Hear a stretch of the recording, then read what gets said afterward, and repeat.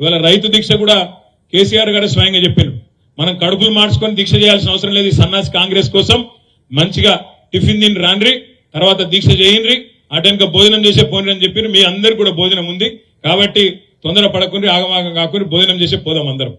మీ అందరినీ నేను ప్రార్థించేది ఒకటే, ఎన్నికల కోసం ఓట్ల కోసం మాట్లాడడం లేదు. ఇంకా 5 ఏళ్లు కొట్లాడే ఓపిక, 5 ఏళ్లు మంచిగా ఎదురు చూసే ఓపిక, మళ్ళీ ఎలక్షన్ల దాకా చూసే ఓపిక మనకుంది. ముఖ్యమంత్రి గారు పాపం ఆగమాగం అవుతాడు. ఆయన ప్రభుత్వాన్ని ఏదో మనం కూలగొడతామని చెప్పి కింద మీద పడతాడు. పాపం గొంతు చించుకుంటున్నాడు. ఏమంటున్నాడు, నా కొడకల్లారా ఎవడు కూలగొడతాడు నా ప్రభుత్వాన్ని, జేబుల కత్తెర పెట్టుకొని తిరుగుతున్నా, మీ పేగులు కట్ చేసి మెడలేసుకుంటా అంటుండు, మానవ బాంబు అయితా అంటుండు ముఖ్యమంత్రి. ఇంకో మాటలు మాట్లాడుతున్నాడు, చూస్తున్నారు మీరు.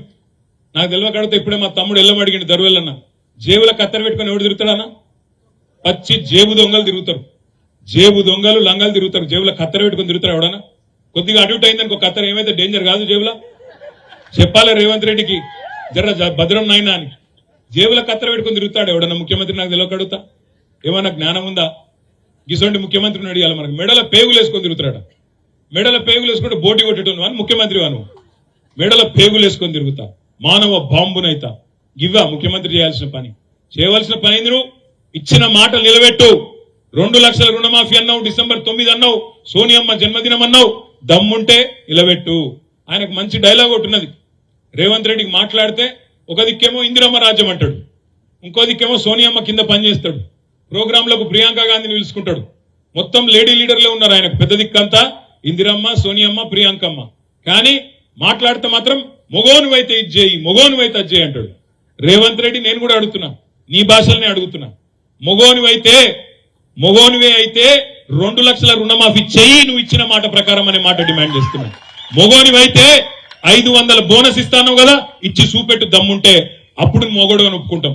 మొగోనివైతే మా ఆడబిడ్డలకు మాట ఇచ్చినావు, నెలకు 2500 ఇస్తా అని చెప్పినావు, మహాలక్ష్మి అన్నావు, 1,67,00,000 మంది ఆడబిడ్డలు ఎదురు చూస్తాను. మొగోనివైతే 2,500 రూపాయలు 1,67,00,000 మంది ఆడబిడ్డలకు ఇచ్చి చూపెట్టు. మొగోనివైతే ముసలోళ్ళు ఎదురు చూస్తున్నారు, ఒక ముసలవకే ఇస్తావా, ముసలయ్య గుడి ఇవ్వాలి, 2,000 కాదు 4,000 ఇస్తా, ఇంట్లో ఒక్కరికి కాదు 2కి ఇస్తా అని నరికినావు కదా, ఈ 8,000 రూపాయలు ఎక్కడెక్కడైతే ముసలోళ్ళు ఉన్నారో ఇంటింటికి మొగోనివైతే గీ పని చేయి. ఇవేవి చేయడట. ఏం చేయకుండా ఏం చేస్తుండే ముఖ్యమంత్రి? ఇక్కడ మనం రైతుల కోసం కొట్లాడుతుంటే ఆయననేమో క్రికెట్ మ్యాచ్లు చూస్తాడు.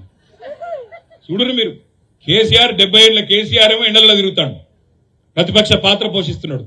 అసలు పని చేయాల్సిన ముఖ్యమంత్రి ఏమో నీళ్ళు ఇచ్చే ముఖం లేదు, పైసలు ఇచ్చే ముఖం లేదు, రైతు బంద్ చేసే తెలివి లేదు, ఏ తెలివి లేదు. కానీ ఒకటి మాత్రం తెలుసు, తెల్లారులేస్తే బూతు మాట్లాడాలి, తెల్లారులేస్తే నోరు వారేసుకోవాలి, ఇష్టం వచ్చినట్టు ఒర్రాలి.